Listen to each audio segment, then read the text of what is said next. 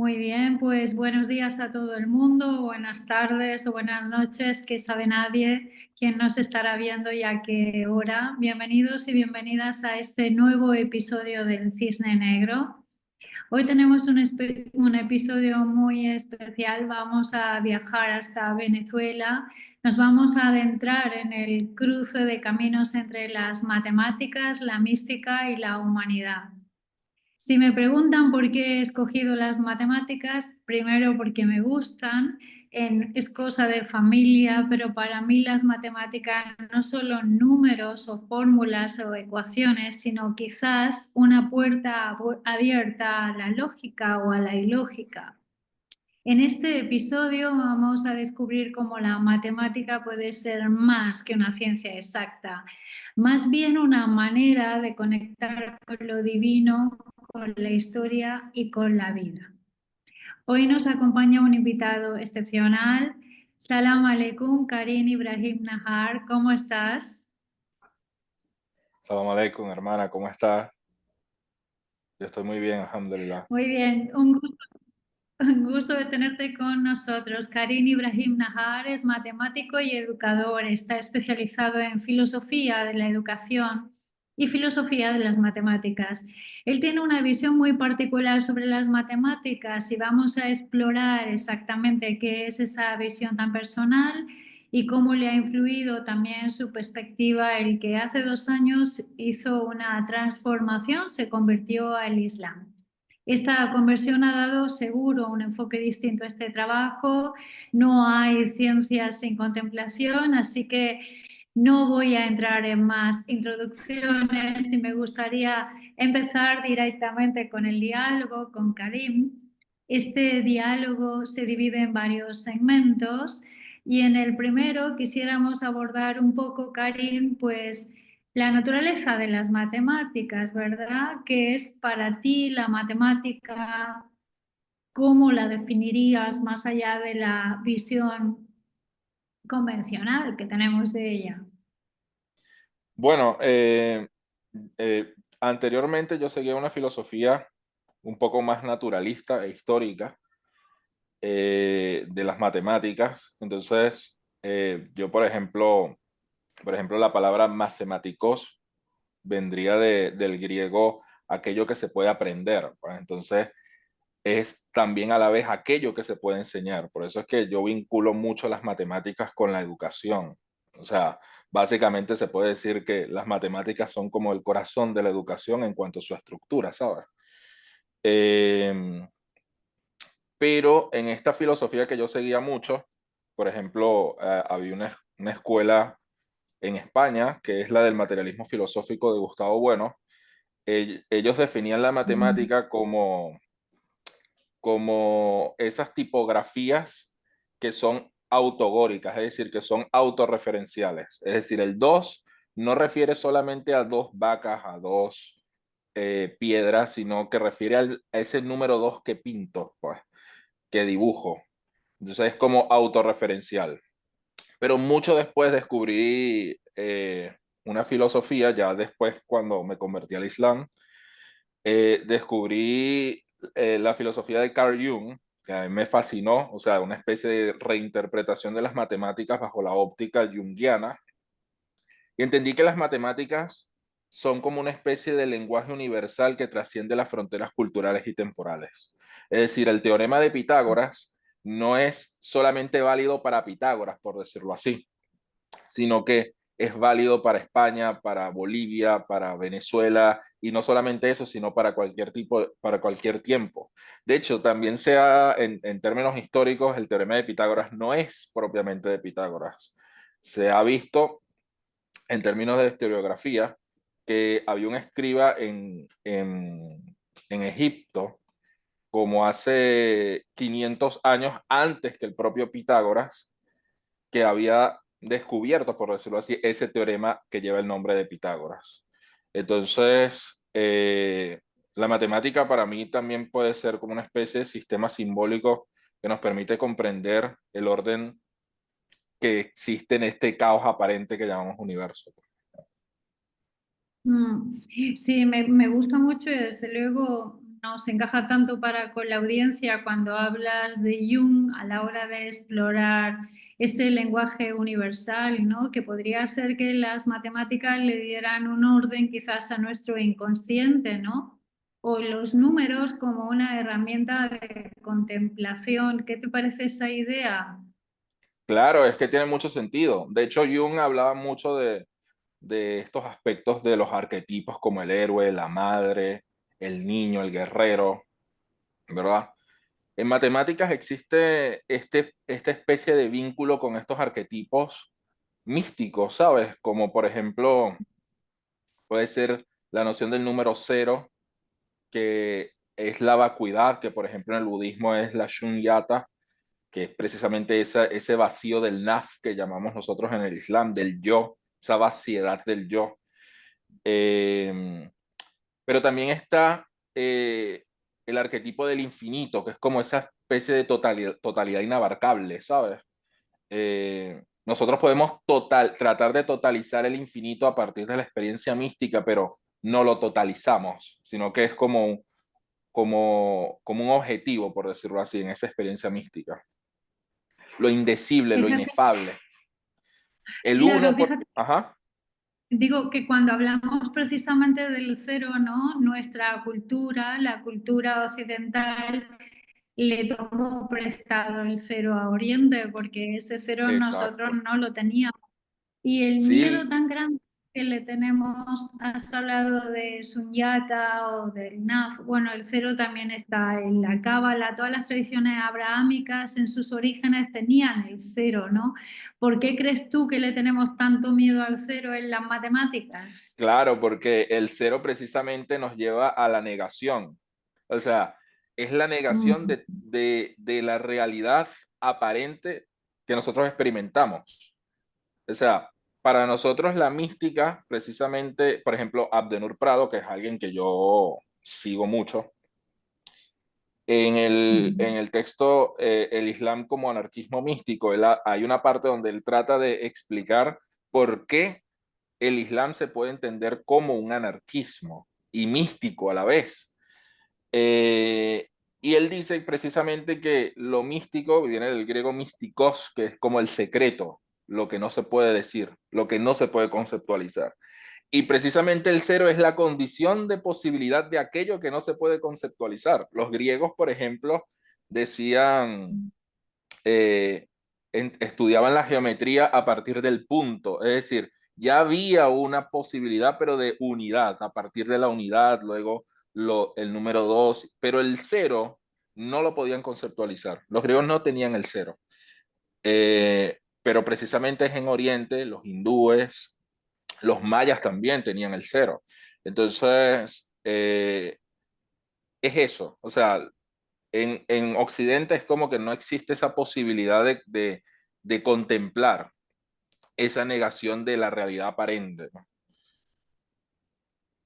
Exacto, fíjate que lo del cero recuerda cuando éramos chicos y el profesor te decía, estate quieto que te voy a poner un cero, ¿no? Exacto. Entonces, pero es como lo peor, ¿verdad, Caribe? Como déjame en paz, o sea, no quiero saber nada, pero Sí, y sí, curiosamente yo, por ejemplo, en mi faceta de profesor, también he aprendido que he visto a estudiantes que han sido categorizados con ese cero y sin embargo yo he visto que han sido brillantes. O sea, en otros aspectos que quizá trascienden la matemática o la gramática en inglés o lo que sea. Sin embargo, tú los ves como, por ejemplo, con ese hambre de aprender en términos de filosofía, de política, y, o sea, se ve que hay algo más allá de eso categorizable como esas notas estandarizadas, ¿sabes? exacto. Me recuerda muchísimo, hablando de ceros, cuando yo entré en Harvard, entré con Howard Gardner a estudiar en uno de sus proyectos que se llama el Vaya, Proyecto Cero. Y él le puso cero porque lo tenía muy claro y es que era mejor estar todo al cero porque el cero era capaz de contener cualquier idea que nosotros fuéramos capaces de producir, ¿no? Entonces, creo que ya hemos empezado bien quitándole a la gente el miedo con el cero, que los ceros sean su amigo, ¿no? Claro. Exacto. Nayin, sabemos que las matemáticas fue tu camino académico, pero hay un momento que tú decides estudiar matemáticas. ¿Por qué decidiste estudiar matemáticas? ¿Qué te atrajo? Bueno, inicialmente me atrajo la filosofía. A mí me atraía mucho la filosofía, pero en el lugar donde yo nací, y bueno, básicamente he estado toda mi vida, es en Valencia, en Venezuela, y allí no existía la posibilidad de estudiar filosofía. Sin embargo, muchas de las preguntas que yo me hacía en términos de filosofía, curiosamente van enraizadas con la mística, pero tenían que ver con esos arquetípicos, arquetipos junguianos, pero a la vez matemáticos. O sea, yo me preguntaba qué era la perfección, qué era el infinito, por qué el infinito no era un número, o sea, por qué era la negación del número y era a la vez una, por ejemplo, Aristóteles hablaba del infinito potencial, que era no era un infinito actual, es decir, uno no se podía imaginar el infinito, sino simplemente conceptualizarlo, por decirlo así. Me parecía muy extraño eso. Eh, También me fascinaba la historia del por qué los griegos estaban como obsesionados con la circunferencia, que decían que era la perfección. Eh, por qué el uno, por ejemplo, yo recuerdo que un profesor me decía que el número uno no era un número primo, pero a la vez podía ser divisible por sí mismo y por el uno. Entonces yo decía, pero ¿por qué? Entonces muchas de las Claro. preguntas que yo tenía eran filosóficas, pero también eran matemáticas. Habían otras preguntas que sí eran más que todo de ética y todo eso.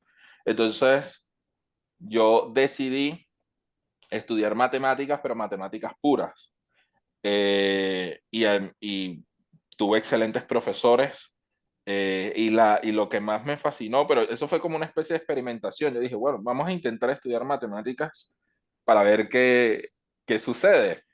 Y lo primero que me fascinó fue la idea de demostración. O sea, yo tuve una profesora que ahorita está en Chile, se llama María Colmenares, de verdad que una excelente profesora. Ella empezó con, bueno, nosotros sabemos que si tenemos un número par natural, entonces si lo elevamos al cuadrado, entonces ese número también sigue siendo par, ¿verdad? Nosotros sabemos eso y nosotros decíamos, sí, es obvio, porque si tomemos el 2 lo damos al cuadrado, nos da 4, entonces sigue siendo par. Pero ella nos dice, no, pero yo quiero demostrar eso para todos los números naturales. Y yo decía, pero eso es imposible, o sea, nosotros no podemos conceptualizar el infinito. Y sin embargo, ella con pocas palabras, sin hacer referencia al infinito, nos demuestra que eso es una verdad y que es una verdad que trasciende no solamente cultura, sino cualquier tiempo. O sea, es una verdad milenaria. Y eso a mí me encantó. Yo dije, esto es lo mío. O sea, yo quisiera dedicarme a esto. Y no solamente eso, sino a enseñarlo, ¿sabes? Con la misma pasión que, bueno, al menos lo trato con esa profesora, pues. Claro, fíjate que cuando estudiamos filosofía o estudiaban, porque ahora cada vez se estudia menos, al menos en Europa, pues estudiábamos el Tratatus Lógicos Filosóficos, ¿no? A Wittgenstein y su Ujú. relación de la lógica con la matemática. Pero tú has dicho una palabra que me resuena mucho. Muy pocas veces las personas vinculan verdad, orden y caos en la matemática. ¿Cómo podemos buscar la verdad a través de la matemática, Karim? Bueno, hablas del Tractatus, ese es un texto que yo estudié muchísimo. Eh, y más que todo porque, no sé si recuerdas cuando Wittgenstein termina el Tractatus y dice de lo que no se Ujú. puede hablar, mejor hay que callar. Y que Exactamente, básicamente ese exacto. sería como la segunda parte del Tractatus era lo místico, lo inefable. Sí. Entonces, yo recuerdo leyendo a Walter Benjamin, Ujú. que Benjamin dice que una forma de poder entender ese aspecto de lo inefable es a partir de la alegoría. La alegoría es como que una forma de romper el lenguaje. O sea, a mí me encanta, yo por aquí estaba leyendo, repasando a Abdenur Prado, y él tiene un texto, en este texto, o sea, hay un fragmento que a mí me encanta. Él dice, la mística es secreta porque es indecible. Los conceptos creados por el ser humano no son capaces de expresar la experiencia unitiva, pues son una proyección de sus carencias, pertenecen al mundo de la dualidad. Pero el místico experimenta la unidad de los opuestos, la superación del dualismo, va más allá de lo conceptualizable. Entonces, pero precisamente es a partir de la alegoría como que buscamos romper ese lenguaje estandarizado. Entonces, y la matemática puede ser una forma de hacer eso. Es decir, hay un diálogo de Platón que es hermoso, que es el del Timeo, donde él utiliza Sí. elementos de la matemática para poder entender cómo el demiurgo, que es como una especie de dios, ¿sabes? Pero el demiurgo a la vez en juego, porque yo me imagino al demiurgo de Platón como aquel niño que juega y a la vez crea. Eh, a partir de esos poliedros platónicos va creando el mundo. Entonces, es una forma de Qué entender bien. el mundo reinterpretándolo, pero a la vez recreándolo, ¿sabes? Sí, sí, fíjate, y volviendo un poco a Jung, Jung veía los números como más que si fueran una herramienta matemáticas. Tú nos has hablado de los arquetipos y en este momento que la gente está tan absolutamente destrozada con su self, ¿no? Sobre todo con las redes, porque ya no saben ni quiénes son, se cambian el aspecto, se cambian el nombre. Yo creo que la matemática quizás nos puede ayudar a encontrar ese self, por ejemplo, en los fractales, a la hora de crear otro tipo de alegoría que tenga que ver más con un alma, algo que esté más enraizado dentro de nosotros. ¿Cómo ves tú esta relación entre las matemáticas y el self? ¿Cómo creamos nuestro self? Bueno, yo, por ejemplo, estaba tratando de entender la idea del naf en el Islam, que también hace como que referencia a esto del self. Sí, sí, sí, Y sí.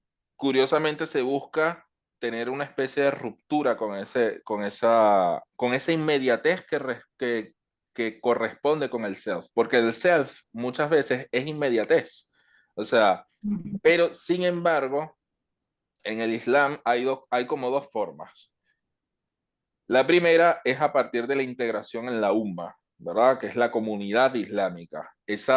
Pero una especie de integración empática con el otro, porque el otro es un inmenso nosotros, pues. Y ahí es como que hay una especie de ruptura con ese naf. Y la otra forma es a partir de la conexión mística con lo uno.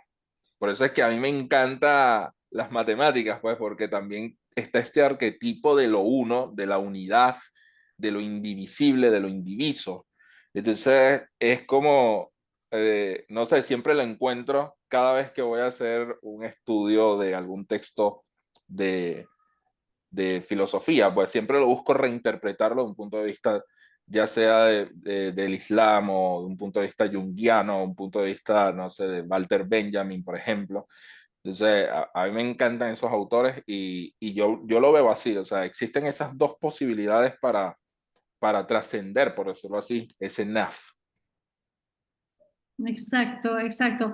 Podría ser que las matemáticas nos ayudaran a ver como una arquitectura del alma, ¿no? Porque a través de la geometría, de la forma y de las proporciones vemos también el número áureo, las figuras geométricas, Sí, un como número todas hermoso. toda obra de arte tiene en sí misma esta geometría sagrada que habla de un orden, ¿no?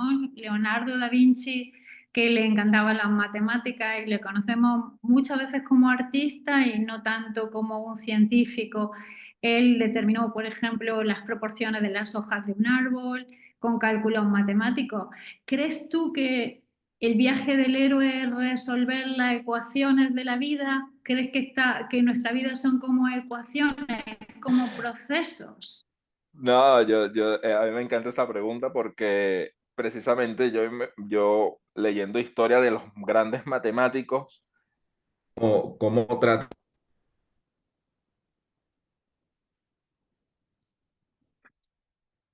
Te hemos perdido un momentito, ¿nos escuchas? ¿Se me escucha? Ahora, ahora sí, ahora sí. Ah, Nos no, hemos quedado en la vida de los matemáticos. ajá, que decía que cuando leía sobre la historia de estos matemáticos, ellos trataban de superar esas especies de vicisitudes. ¿Se me escucha? Sí, sí, sí, sí, sí, sí, Ajá. te oigo. De vicisitudes que encontraban al tratar de resolver esos problemas inmensos. O sea, eh, por ejemplo, está el problema de la conjetura de, de Goldbach. La conjetura de Goldbach es un problema que tiene como 400 años. Estaba el último teorema de Fermat que tenía casi 500 años. Entonces, por ejemplo, Andrew Wiles fue un matemático que trató de resolverlo y incluso dejó su trabajo, sufrió un montón, estaba días sin comer, casi como Newton que tenía como una disciplina indisciplinada, por decirlo así, porque su disciplina era su pasión, no tenía como una especie de horario, duraba 12 13 14 horas estudiando para tratar de encontrar una cosa que se aprendía en no sé, en 30 minutos o una hora. Entonces, eso es fascinante. O sea, lo digo porque precisamente leyendo la historia que sí de Arquímedes cuando muere haciendo círculos en la arena, eh, o por ejemplo John Nash que llega incluso a la locura, es como es precisamente el viaje del héroe. Estos matemáticos tienen experimentan ese viaje. Entonces, eh, yo recuerdo a Hardy, este matemático que fue maestro de Ramanujan, él dice que hay muchos poetas que pueden ser reconocidos como esquilos, pero precisamente esos poetas son conocidos para eruditos, pero matemáticos que logren demostrar cosas que trascienden la temporalidad, eh, pueden ser incluso mejores que los mejores poetas, o sea, de los más grandes poetas. Nosotros, por ejemplo, yo recuerdo que yo le puedo enseñar teoremas propios de Arquímedes, por ejemplo, ¿verdad? Por ejemplo, el del volumen de la circunferencia ahora, de la esfera. Yo puedo hablar de Arquímedes, ¿verdad? Y de ese teorema, pero ya ellos saben quién es Arquímedes. O sea, y también es como esa historia que está detrás de cada teorema es fascinante. O sea, no solamente quedar en la enseñanza del teorema, por decirlo así, que pueden ser fijos y son hermosos, pues, pero esa historia que está detrás muestra precisamente como el héroe matemático que está detrás. O sea, es hermoso. Sí, ¿qué crees tú que es más importante? ¿Formular la pregunta, formular el enunciado del problema, aunque no seas capaz de resolverlo, o resolver el problema de otro? ¿Qué es lo más importante para ti en Para matemáticas? mí es la formulación de la pregunta. O sea, de hecho, existe una de las novelas que más me encantó y que tiene que ver con esta conjetura de Goldbach que yo te mencioné. Se llama El tío Petros y la conjetura de Goldbach. Y ese es básicamente el viaje del héroe matemático que nunca logra resolver el problema, pero estaba fascinado por ese problema. Había una parte donde el tío Petros soñaba con los números primos y les daba forma, eh, trataba como de romper esa inmensa incógnita que estaba detrás de los números primos. Nadie tiene una ecuación que te dé el enésimo número primo. Nadie la tiene. Y sin embargo, el tío Petros intentaba encontrarlos y estaba fascinado por ellos. Pero lo más valioso, aunque él no pudo resolverlo porque es un problema que todavía está abierto, eh, sin embargo, es ese viaje, o sea, el viaje que lo formó prácticamente como matemático, lo que lo constituye, ¿sabes? Entonces, para mí es más importante la pregunta. Completamente. Tú como educador, pues tienes dos responsabilidades, enseñar matemáticas y hacer que los niños disfruten o los jóvenes de las matemáticas. Claro.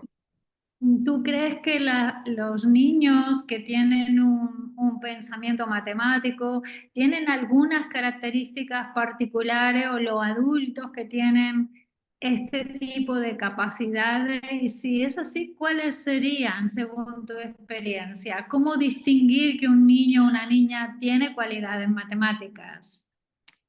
Eh, una cosa que yo descubrí, porque yo también pensaba esto de que existía el pensamiento lógico, matemático, pero yo descubrí una cosa y es que hay niños, yo por ejemplo he dado clases a un quinto grado, un cuarto grado de primaria, y hay niños que no están influenciados por esa mala narrativa que se tiene de las matemáticas, como eso es imposible, son muy difíciles, son abstractas y todo eso.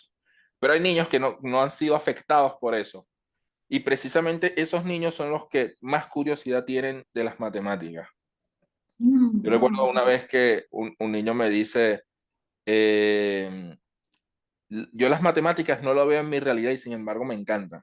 Y yo, yo le digo, no, pero es que son reales, porque forma parte de tu realidad cognitiva, te forma cognitivamente, te lleva como a esa búsqueda de verdad, ir trascender la opinión e ir por el argumento que te lleva a la verdad. Entonces, hay un autor que, Mm. que es estadounidense, se llama Kieran Egan, no sé si lo conoces. Sí, sí, Es un sí. filósofo de la educación que habla sobre la imaginación y básicamente te dice que una de las cosas más importantes es lo que llaman los estadounidenses storytelling, ¿verdad? Ese saber contar la historia que hay detrás, el trasfondo de todo problema. Y yo he encontrado que precisamente hay como una especie de apertura al asombro, porque el asombro es eso, es como una ruptura de la cotidianidad y hay que romper con la cotidianidad de los niños a la hora de enseñar matemáticas. Es la gran prueba precisamente. Entonces, y yo he visto que hay niños que incluso son afectados por esa narrativa de que las matemáticas son difíciles y sin embargo se encuentran con esta historia de la matemática, esa búsqueda del héroe matemático y les encanta. Entonces, claro, yo he visto que no es como una especie de método universal, pero sí he notado que, o sea, eh, a mí me encanta leer sobre estos pedagogos como Piaget, Vygotsky, pero, pero yo he visto que cada, cada salón de clases es como, le corresponde una microteoría. Y luego esa microteoría es imposible trasladarla a otra. O sea, cada uno tiene su propia experiencia, cada uno tiene su metodología pedagógica. O sea, sé que es como una especie de visión anárquica de la pedagogía, pero es lo que yo he experimentado. Sin embargo, una de las cosas que yo veo que siempre fascinan a los niños a la hora de enseñar matemáticas es el hecho de que se cuente esta historia que hay detrás de cada concepto matemático. Exacto, me gusta mucho eso y aprovechando porque somos los dos lectores voraces, voy a recomendar algunos libros por si nos ve algún educador, algún padre. Yo uno que recomendaría, este es mi primero de la lista, El diablo de los números. ¿Te acuerdas de Ah, ese libro? sí, yo recomendaría El tío Petros y la conjetura de Golbach, que es una gran tragedia, pero de verdad, o sea, es una tragedia, pero es hermosa. O sea, es una tragedia de esos que te hacen pensar y el peligro que existe es que te puedas enamorar de las matemáticas como esa gran pregunta que sobre lo real, pues. Exacto. Y otro segundo libro, mi segundo favorito es Fibonacci, El soñador de los números, que es un libro muy bonito para niños desde pues, los 5 o 6 años, que ya está ese aspecto de la curiosidad justo que tanto has comentado, cómo de importante es que se juegue con los números, ¿no? Trabajar la creatividad y también ver la afinidad por los patrones, porque no, en esta época que no tenemos nada de pensamiento crítico, no hay viaje intelectual, no podemos resolver si no disfrutamos, queremos, no sé, todo con la calculadora. Yo me acuerdo cuando éramos chicos que lo calculábamos todo a mano, ¿no? Y ahora ya no, entonces hemos perdido esa curiosidad y también el disfrute de ver conexiones, patrones. ¿No te parece? Sí, de hecho, eh, ahora en esta época de la inteligencia artificial es como que se arroja mucho a la inmediatez, o sea, nuestro propio intelecto a la inmediatez, pues que nos entrega la inteligencia artificial. Yo no estoy en contra de la inteligencia artificial, pero lo que sí he visto es que hay muchos estudiantes universitarios que buscan o sea, es como sacrifican esas preguntas que son inmanentes a nosotros por la inmediatez que nos da la inteligencia artificial. Entonces, es triste, al menos ese aspecto. Exactamente. Bueno, pues ya hemos hablado un poco de inspiración y de pedagogía matemática. Me gustaría explorar contigo cómo dos áreas que son aparentemente diferentes, como es la matemática y la mística, y también hablar, si quieres, ¿no? Cómo ese círculo en las tradiciones místicas, que en tu caso fue el Islam, lo uniste. ¿Cómo lo hiciste? Bueno, como te había dicho, mi, mi pasión inicial era la filosofía. Y yo tenía preguntas más que todo que fueron un poco respondidas por Platón, ¿sabes? Esto que se dice de que hacer filosofía es como una nota a pie de página de la filosofía de Platón, eso lo dice Whitehead. Y curiosamente, yo leyendo a Platón, encontré como esa especie de afinidad entre lo filosófico y lo místico, y a la vez como un matemático filósofo o sea, un desbordado genial que era Platón, obviamente. Entonces, a mí me encantaba precisamente esa vinculación que hacía Platón con lo matemático. Hay un texto que se llama el, no recuerdo el diálogo de Platón, el Menón de Platón, que es sobre la educación, sobre si se podía enseñar la virtud. Y Wow. sí, y Sócrates, en boca de Platón, enseña a un esclavo cómo podía demostrar un teorema matemático por su cuenta sin estar afectado por ningún tipo de influencia. Eh, y bueno, lo logra y muestra que es una forma de él de participar de ideas que van por lo suprasensible. Entonces, eso a mí me encantó. Luego en la República de Platón está esta famosa alegoría de la caverna, que a mí me encanta. Sé que es trillada, pero es hermosa. O sea, eh, es trillada la forma en que repetida, de forma repetida se habla de ello, pero cuando se lee directamente de Platón es otra experiencia. Y Platón hablaba del bien, que a la vez era la belleza, que a la vez era lo uno, y estaba fuera de ese mundo sensible. Entonces, y allí descansaban las ideas, ¿verdad?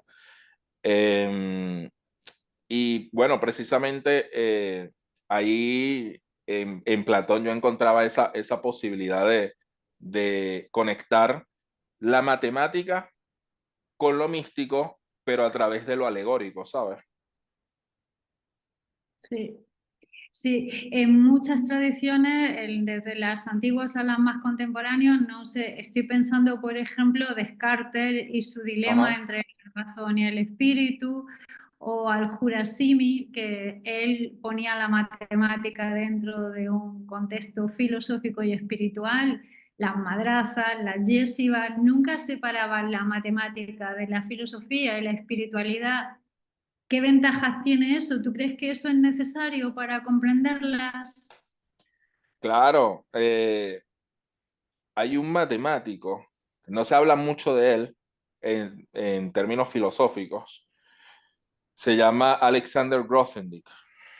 Él murió creo que en el Ujú, 2014, si no recuerdo mal. Tiene un libro que se llama Semillas y Siembras, donde él habla precisamente de esa conexión que él tenía, esa conexión platónica que tenía con las estructuras matemáticas. Eh, y básicamente, o sea, básicamente era como algo importante dentro de esta especie de platonismo matemático. ujú. Descartes también era una especie de platónico, bueno, precisamente porque él era dualista igual que Platón, eh, pero también tenía esa especie de respeto con las matemáticas. De hecho, cuando él va a hablar sobre este genio maligno que le rompe esa estructura de verdad trascendente que forma parte de las matemáticas, eh, y básicamente de su cotidianidad. El propio Descartes pone como ejemplo de que es imposible romper las matemáticas, teoremas matemáticos. Entonces, sí, se entiende por qué Descartes prefería o vinculaba mucho las matemáticas con lo filosófico. Para Descartes, una de las verdades últimas, por decirlo así, era precisamente la matemática, antes de él llegar al cogito ergo sum. Ujú. Es muy interesante porque cuando nosotros vemos la realidad, como te decía ese muchacho que quería cosas concretas, no podemos ver la conexión que existe entre lo abstracto y lo concreto. Y quiero poner un ejemplo, quizás porque crecí en Granada, y el ejemplo es la Alhambra, ¿no?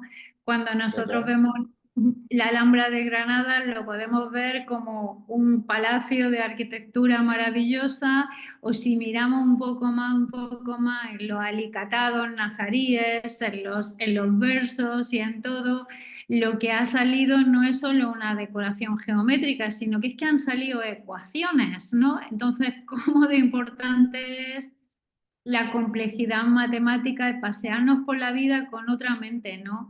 ¿Qué te parece eso? ¿Crees que podríamos encontrar más ecuaciones en el día a día? Sí, de hecho, Hardy hablaba de la belleza inmanente de las matemáticas, precisamente él hablaba más que todo de las demostraciones, hay otros que hablaban más que todo de las ecuaciones. Por ejemplo, Ujú, eh, esta ecuación de E igual a mc al cuadrado para Einstein era lo más hermoso que había alcanzado precisamente por la complejidad que estaba en su interior, pero a la vez la simplicidad con lo que la expresaba. Entonces, sin embargo, yo creo que ese aspecto geométrico es lo que también ha llevado a que muchas culturas hayan participado del arte a través de lo geométrico. Walter Benjamin habla de la voluntad de arte, ¿verdad? En este texto sobre la reproductibilidad técnica, cuando él habla del aura. Y precisamente muchas culturas cuando participan de lo geométrico a través del arte, es como cuando se inmanentiza ese aura con respecto por ejemplo, teniendo en cuenta algo tan concreto y tan simple como, por ejemplo, la Alhambra. La Alhambra a mí me encanta precisamente por eh, un, un arte sencillo, no voy a decir simple, pero es sencillo a través de la geometría y cómo muestra ese aura de que es imposible repetir eso. Y repetir la experiencia precisamente también es imposible. Entonces, sí, es hermoso. Claro, fíjate que contemplar el arte podría ser como una matemática de la meditación, ¿no? Porque mirando esas estructuras, también pensaba en Fibonacci, pues estamos viendo en realidad números, ¿no? Decía al inicio de este programa que dos personas te influyeron positivamente. Una fue Walter Benjamin, que has hablado un poco de él, y el otro es Abdenur Prado, el filósofo y pensador español. ¿Nos quieres contar por qué te influyeron? Bueno, Benjamin, precisamente porque yo, después de leer a Wittgenstein, estaba un poco en el vacío después de este texto del Tractatus Lógicos Filosóficos, cuando él dice, me dice que la segunda parte del Tractatus no la ha escrito, pero está, y es precisamente lo indecible, es decir, lo inefable, lo místico. Y también muestra que mucho de las ciencias, la lógica, más que todo la lógica, es una forma de mostrar la imposibilidad de conceptualizar eso místico. Y yo me quedé con ese inmenso vacío porque yo puedo ser muy místico, pero esa necesidad de, de alcanzar la verdad a partir de lo conceptual es como que siempre ha estado en mí.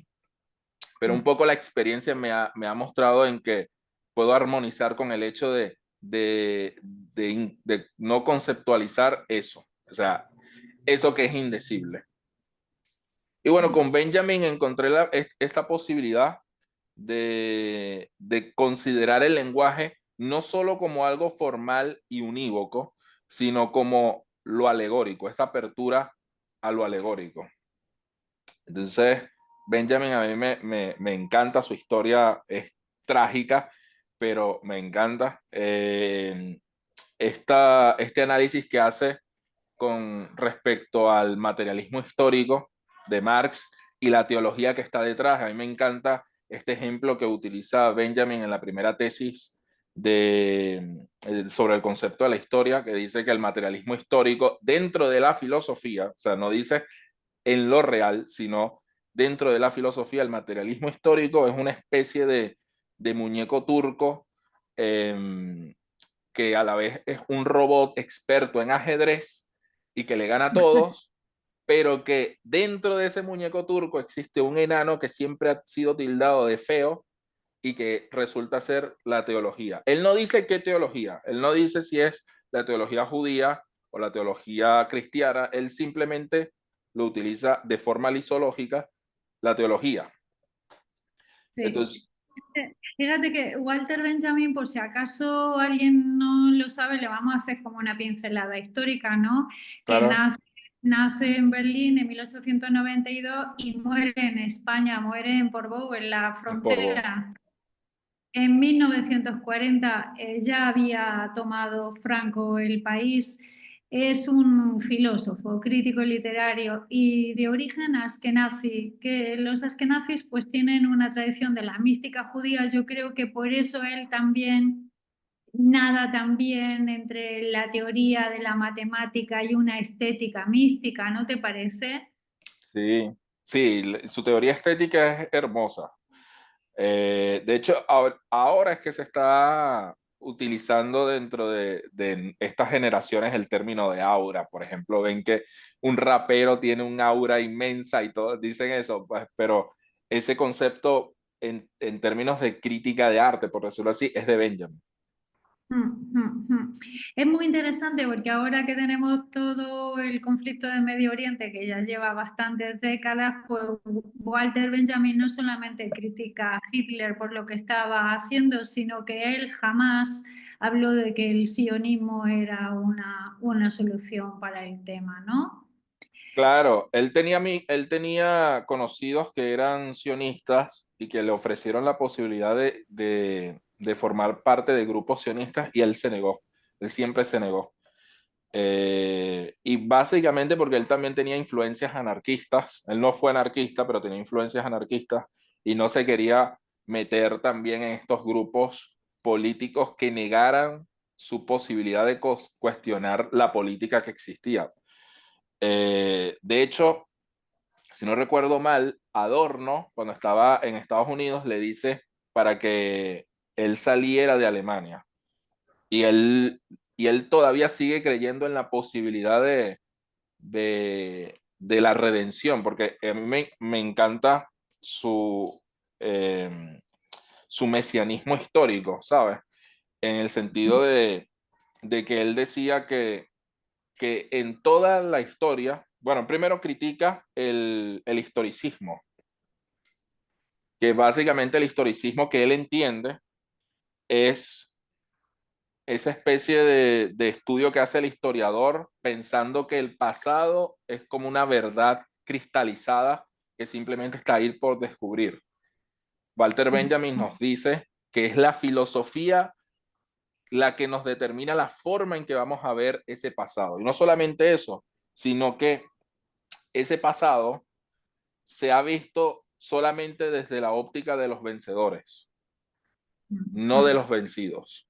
En es, Merecería ya como un programa entero de Walter Benjamin, por ejemplo, de su final, ¿no? Cuando Adorno le ayuda a él y a su mujer, que más tarde sería la mujer de Erich Fromm, a que crucen la frontera y son detenidos por la policía, él sí, se suicida.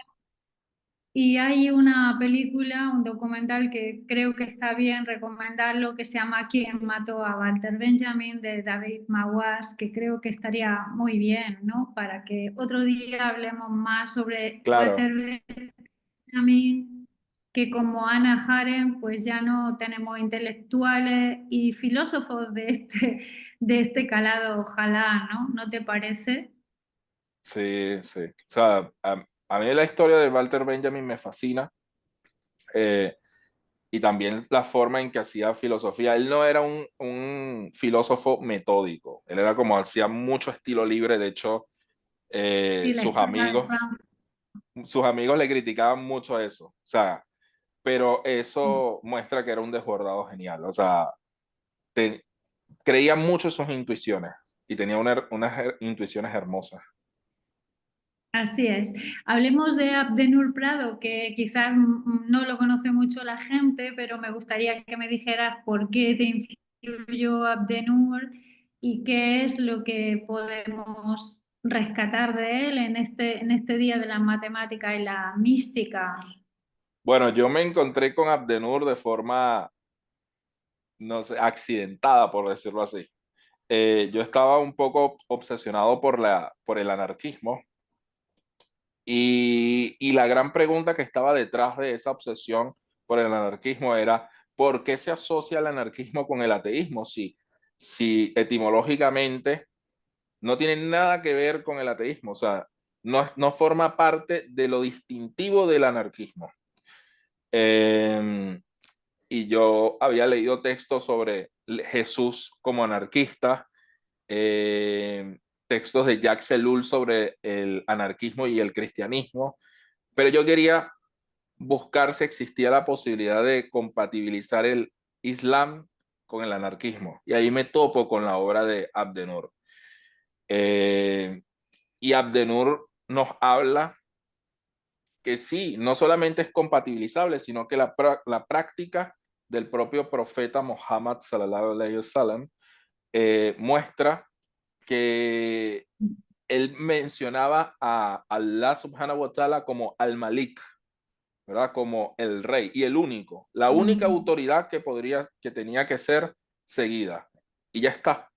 Entonces, eso te mostraba una especie de anarquismo con respecto a otro tipo de autoridades, ¿verdad? El Islam ujú, es el sometimiento a Allah. Entonces, pero es un sometimiento voluntario, ¿sabes? Eh, ujú. una de las cosas que se busca, que básicamente es la esencia del salat, de la oración, es alcanzar la taqwa de Allah subhanahu wa ta'ala. Esa taqwa Mm. es la conciencia reverencial de Dios, consciente. O sea, hay que ser Sí, consciente de esa realidad última que es Dios, que es el único al-Malik. Entonces, a mí eso me cambió. Otra cosa, que yo descubrí otro texto de Abdenur Prado, lo estoy leyendo apenas porque lo descubrí hace poco, que es su texto que es súper académico, que es sobre el monoteísmo. No recuerdo la genealogía del monoteísmo. Y él sí, critica sí. esta idea de religión. Yo inicialmente estaba como con rechazo, porque yo estaba diciendo, es que el Islam es una religión. Pero yo leo por cuál es la definición de religión, cuál es la traducción de religión que se hace del árabe con respecto al Islam, y es el din. La noción de din, cuando se habla, por ejemplo, del día del juicio, se dice el día del din. Entonces el din vendría a ser como una especie de juicio, una forma de pagar esas deudas pendientes. Pero también hay otros autores que hablan de que este autor se llama Abderrahman Mohammed, y él habla Mm, de que el din puede ser traducido como senda, como camino. O sea, no, nunca se tradujo como religión a partir del siglo XIX. mm, Eh, y, pero es que se haya traducido de esa forma no quiere decir que sea una verdad. mm. Y bueno, otro autor que pero lo descubrí hace poco es Abdelmumin Aya, no sé si lo conoce. Lo, Por conoz- supuesto, claro. lo descubrí leyendo a Abdenur Prado, pero Abdenur Sí. Prado a mí me encanta. O sea, es uno Eh, de los mejores autores que he leído y me encanta. Yo quisiera hacer un poco un perfil biográfico de Abdenur ¿Ok? Prado. Él es catalán de origen, de Barcelona, es un converso que él tiene montones de artículos, lo pueden encontrar ustedes en internet un montón y muchos libros, ¿no? Decir que es un pensador islámico no quiere decir que solamente piense de cosas que tienen que ver con el Islam, porque el Islam es todo, ¿no? Pero yo sí quiero recomendar dos libros de él que a mí me han gustado mucho recientemente. El Pensar el amor, donde él habla directamente sobre qué cosa es el amor y el Abraham de nuestro ser, un poco para que vayamos a las profundidades de nuestra cultura. Abdenur, como Abdelmuní y otros de su generación, desde luego, están muy implicados en el diálogo interreligioso y en la comprensión de las distintas tradiciones y culturas espirituales en España y en todo el mundo. Entonces creo que ellos son como muy importantes. También en el caso de Abdenur, que él puso en marcha el Congreso sobre Feminismo Islámico en Barcelona y eso pues ha sido muy significativo a la hora de dar voz y espacio a una idea diferente de las mujeres en el Islam. No sé, Bueno, yo a veces pienso en Abdenur como una especie de Kierkegaard en el a Islam. la sí, bueno, ahora ya no está en Barcelona, está en Córdoba, yo lo vería como el Kierkegaard cordobés, ¿no? Porque se nota. Sí. No, pero es genial. O sea, su obra está calcada sobre la existencia del propio musulmán, es anárquico, por decirlo así, y es Sí. enteramente espiritual. Completamente. Bueno, pues estamos como quien dice rayando nuestros últimos minutos y me gustaría hacer como una reflexión, ¿no? Sobre cuál es la idea que le tenemos que dar a la audiencia que vea este programa sobre ¿Por qué se puede ser un cisne negro combinando la matemática, la mística y esta humanidad? ¿Cuál sería tu mensaje, Karim? Mi mensaje básicamente sería aquello que o sea, como yo me abro a la hora de dar clases de matemáticas a los niños. Eh, quitarse todo ese tipo de prejuicios que se tienen de las matemáticas como aquellas verdades fijas fuera de cualquier tipo de alegoría o interpretación. Ser un poco como Platón cuando hablaba del demiurgo que a la vez juega y se recrea el mundo recreándose.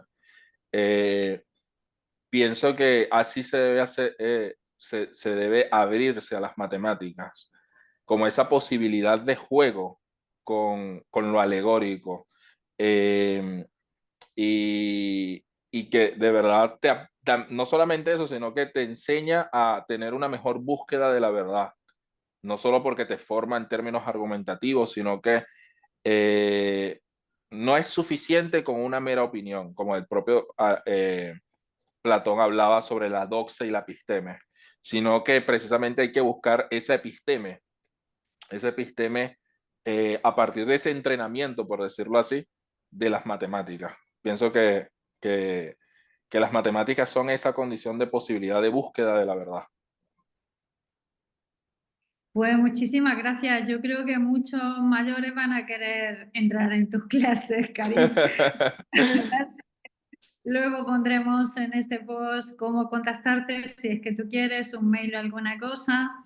Hemos hablado de las matemáticas como una ventana a lo divino, a lo trascendente. Hemos dejado claro que no solo lógica, sino que son más que lógica, ¿no? Y también belleza y también verdad, esos tres ejes de la matemática.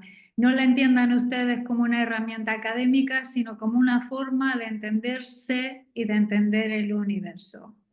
Estudien, mejoren la expresión y me gusta eso que has dicho, que es como una danza entre la lógica y la reflexión mística.